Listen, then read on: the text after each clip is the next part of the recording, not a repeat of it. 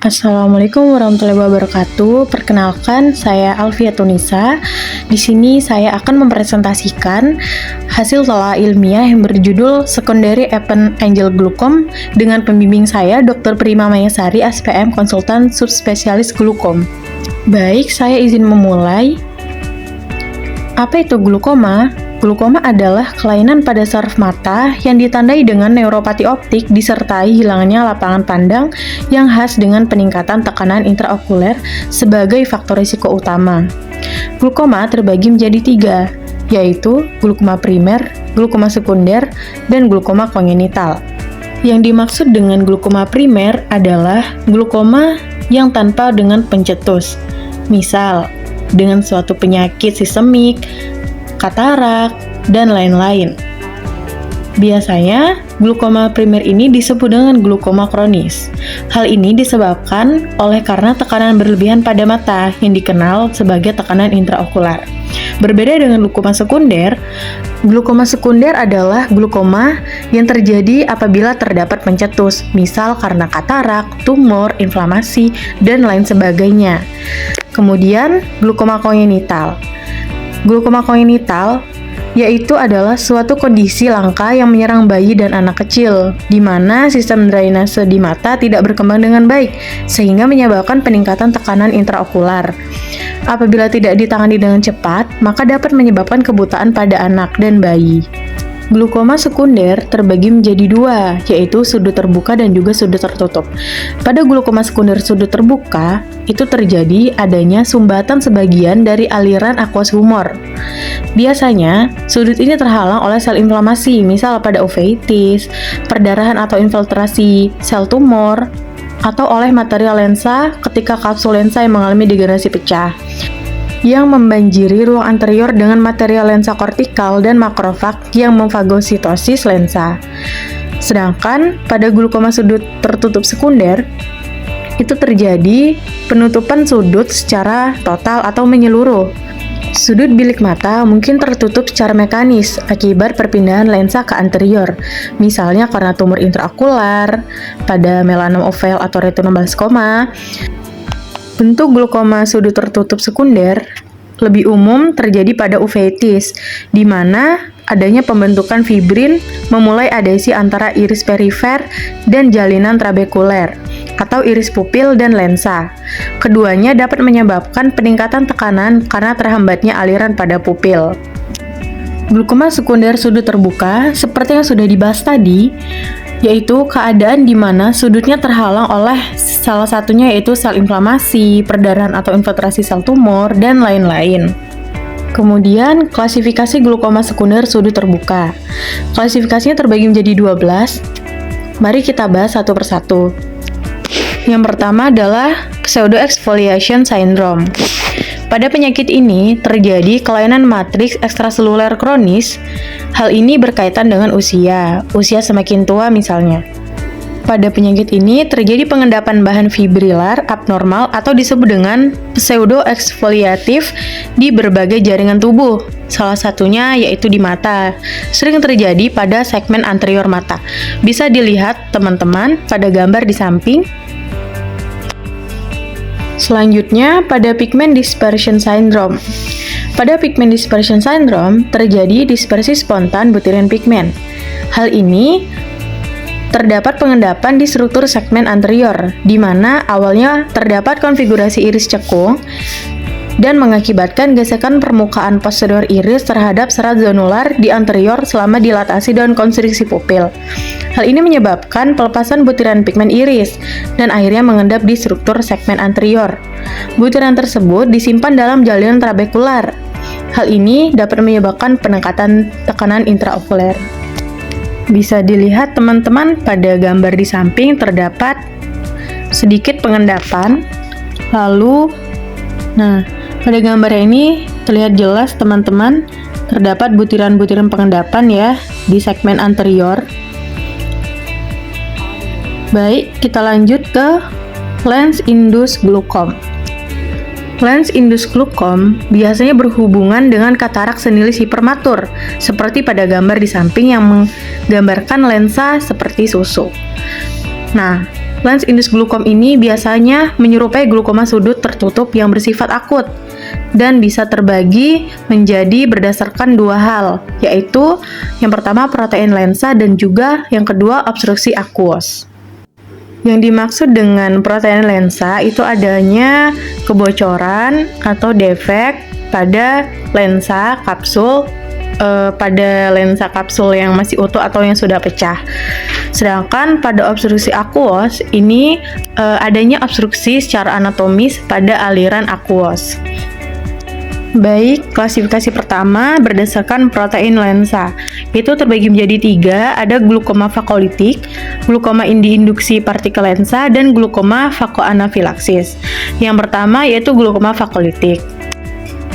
Nah, kalau pada glukoma fakolitik ini terjadi defek mikro atau kerusakan yang minimal pada kapsul lensa katarak yang menyebabkan kebocoran progresif protein lensa dan terlarut ke dalam aqueous humor. Kemudian makrofag datang untuk memfagositosis protein ini dan dapat menyebabkan pemblokiran trabecular meshwork. Hal inilah yang menyebabkan peningkatan tekanan TiO dengan glukoma sudut terbuka secara akut.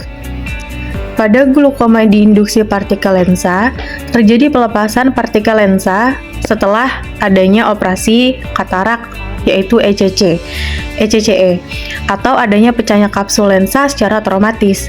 Nah, partikel lensa ini mengendap langsung ke dalam trabecular meshwork yang menghalangi aliran keluar cairan dan menyebabkan glukoma sudut terbuka. Nah, pada glukoma fakoanafilaksis kurang lebih sama, yaitu adanya pelepasan partikel lensa, mirip dengan yang glukoma diinduksi partikel lensa. Kemudian kita bahas mengenai obstruksi aliran aqueous. Terbagi menjadi 2, yaitu glukoma vakomorfik dan juga glukoma blok pupil. Yang pertama glukoma vakomorfik. Glukoma vakomorfik ini terjadi karena ada pemicu, yaitu oleh peningkatan volume lensa katarak secara tiba-tiba. Nah, adanya lensa katarak yang intumescent menyebabkan blokade pupil yang akan juga menghalangi aliran daripada aqueous tadi. Apa itu katarak intumescent? Jadi, katarak intumescent itu adalah katarak yang dimana lensanya itu keruh dan disertai dengan pembengkakan pada lensa yang diakibatkan karena lensa yang degeneratif menyerap air. Kemudian pada glukoma blok pupil, glukoma blok pupil ini terjadi penyumbatan aliran air pada pupil yang melebar sedang. Lensa yang terletak di anterior itu dapat memperburuk pada kondisi ini. Kemudian apabila ada ektopia lentis dengan dislokasi lensa ke anterior juga bisa memperburuk dengan menghambat aliran air aqueous. Baik, kita lanjut ke traumatik glukoma. Traumatik glukoma ini artinya glukoma ini disebabkan oleh suatu trauma. Yang pertama ada HIVEM, lalu yang kedua sudut resesi glukom, ketiga subluxasi lensa, dan keempat adanya peradangan. Nah, pada bola mata terdapat badan siliaris dan iris yang sangat tervaskularisasi dan banyak pembuluh darahnya. Apabila terdapat trauma, hal ini dapat menyebabkan peningkatan TiO secara tiba-tiba. Dan apabila ada trauma, ini dapat menyebabkan perdarahan di dalam ruang anterior, tergantung pada luasnya trauma tumpul. Cedera ini dapat terjadi pada berbagai struktur sudut. Umumnya kerusakannya itu pada misalnya penyisipan iris dengan manifestasi resesi sudut dan lain-lain. Bisa juga iridodialisis. Kemudian pada sudut resesi glukom. Resesi sudut sendiri itu didefinisikan sebagai pecahnya serat sirkular dan longitudinal otot siliaris. Nah, biasanya pada pemeriksaan gonioskopi ini menunjukkan adanya pita badan siliar yang melebar dan kadang-kadang membran hialin putih yang baru terbentuk menutupi jalinan trabekular, yang mana hal ini akan semakin luas menjauh ke dalam sudut tersembunyi. Hal ini dapat menyebabkan adanya sumbatan pada aliran keluar aqueous dan terdapat tekanan intraokular yang meningkat. Lalu untuk subluxasi lensa, Jadi, lensa itu dapat mengalami subluksasi atau pergeseran, perpindahan pada lebih dari 25% apabila zonulanya robek, sehingga sebagian lensa bergeser dari posisi yang normalnya. Nah, dislokasi lensa ini terjadi ketika seluruh atau sebagian besar zonula ini terganggu. Nah, apabila zonulanya terganggu, maka lensa mengalami dislokasi ke dalam bilik mata depan melalui pupil atau ke dalam rongga vitreus. Nah, hal ini bisa menyebabkan peningkatan tekanan intraokular, di mana peningkatan tekanan intraokular ini dapat terjadi melalui beberapa mekanisme, misal pada blok pupil, karena dengan adanya penutupan sudut akut atau secara intermittent oleh lensa yang sudah mengalami subluksasi tadi. Akhirnya tersumbatlah air aqueous tadi untuk mengalir, menyebabkan tekanan intraokular meningkat. Lalu untuk peradangan kemungkinan sama, jadi nanti bakal menghalangi aliran aqueous humor dan menyebabkan peningkatan tekanan intraokular juga. Nah, ini adalah contoh gambar traumatic glaucom. Ini pasca adanya trauma, bisa dilihat teman-teman di situ ada bekas perdarahan. Baik, kita lanjut ke steroid induced glaucom. Nah, steroid induced glaucom ini dianggap sebagai jenis glaukoma sudut terbuka sekunder yang disebabkan oleh adanya peningkatan resistensi terhadap aliran keluar di trabecular meshwork. Nah, pada kondisi ini itu terjadi penurunan aktivitas matriks metaloproteinase. Matriks metaloproteinase ini atau disebut dengan MMPS itu adalah jenis matriks ekstraseluler yang dapat mendegradasi enzim yang mana fungsinya itu penting dalam meregenerasi matriks ekstrasel. Nah, pada steroid induced glaucom ini terjadi reaksi yang menyebabkan penurunan selularitas trabecular meshwork dan meningkatkan deposisi matriks ekstraseluler. Nah, sehingga meningkatkan resistensi aliran keluar air dan terjadilah peningkatan tekanan intraokular. Nah, kita lanjut ke glaucom associated with intraocular inflammation. Nah, pada glaukoma ini itu sering terjadi pada uveitis glaucom dan juga sering pada usia-usia tua, pada lansia misalnya. Nah, pada inflamasi ini juga nantinya menghalangi aliran pada trabecular meshwork. Kita lanjut ke hemolytic glaucom and ghost cell. Baik, pada hemolytic glaucom ini terjadi pemblokiran trabecular meshwork yang biasanya itu terlihat sel-sel berwarna merah mengambang di ruang anterior dan trabecular meshwork. Trabecular meshworknya mungkin tampak kecoklatan, kemerahan seperti itu. Nah, pada glaucom ghost cell atau sel hantu itu juga menghalangi trabecular meshwork. Dia akan menghalangi trabecular meshwork. Nah, karena sel-sel tersebut tuh kurang lentur daripada sel darah merah pada normalnya, hal itu akan menghalangi trabecular meshwork dan menyebabkan peningkatan tekanan intraokular karena alirannya terhalang tadi. Baik, kita lanjut ke glaucom associated with intraocular tumors. Ada tumor koroid dan retinal, melanoma koroid, meduloepitelioma, retinoblastoma, tumor nekrotik, makrofaksera tumor, melanoma uveal, dan juga melanositoma. Nah, pada tumor koroid dan retinal ini biasanya menyebabkan glaukoma sudut penutupan sekunder oleh adanya perpindahan anterior lensa dengan diafragma iris yang menghasilkan penutupan sudut bilik anterior. Lalu untuk melanoma koroid, meduloepitelioma, dan retinoblastoma itu juga bisa menyebabkan adanya neovaskularisasi sudut yang nantinya akan menyebabkan penutupan sudut atau penghambatan aliran. Nah, Kemudian untuk tumor nekrotik dan makrofag syarat tumor itu juga dapat menyebabkan adanya obstruksi trabecular meshwork dan mengakibatkan open angle glaukom sekunder. Nah, teman-teman bisa lihat ini contoh foto adanya medula epithelioma, melanoma koroid, melanoma oval, dan juga melanositoma.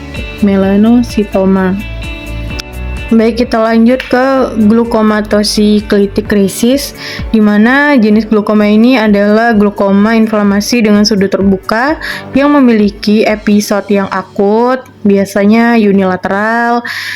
Kemudian tekanan intraokularnya meningkat secara tajam, peradangan ruang anterior tingkat rendah atau minimal, seperti di gambar bisa dilihat ya teman-teman. Baik, kita lanjut ke Vasch uveitis syndrome, di mana ini biasanya pada uveitis kronis. Penyebabnya bisa rubella, herpes simplex, varicella zoster, campak, dan juga toxoplasmosis. Kemudian glaucom associated with elevated episcleral venous pressure. Pada glaukoma ini terjadi adanya yang menghalangi aliran vena atau melibatkan malformasi arteriovenosa. Seperti pada gambar bisa teman-teman lihat ya, itu ada peningkatan tekanan vena episkleral. Normal tekanan vena episkleral itu yaitu antara 6 sampai 9 mm Aeroxa. Lalu kita bahas mengenai Scott syndrome. Pada Scott syndrome ini biasanya itu terjadi akibat adanya ablasio retina yang rheumatogenosa. Nah, ablasio retina rheumatogenosa ini dapat menyebabkan peningkatan tekanan intraokular melalui oklusi aliran keluar aquos oleh segmen luar fotoreseptor dan lolos melalui robekan retina dan akhirnya memperoleh akses ke bilik mata depan seperti pada gambar ya, teman-teman bisa dilihat. Baik, kita masuk ke kesimpulan. Jadi, glaukoma sendiri itu merupakan kelainan pada saraf mata yang ditandai dengan neuropati optik disertai hilangnya lapang pandang yang khas dengan peningkatan tekanan intraokular sebagai faktor risiko utama. Glaukoma ini juga menempati urutan kedua di Indonesia sebagai penyebab kebutaan, dan terdapat beberapa jenis glaukoma primer, sekunder, dan sekunder itu etiologi dan jenisnya itu terdapat beberapa yang sudah kita bahas tadi.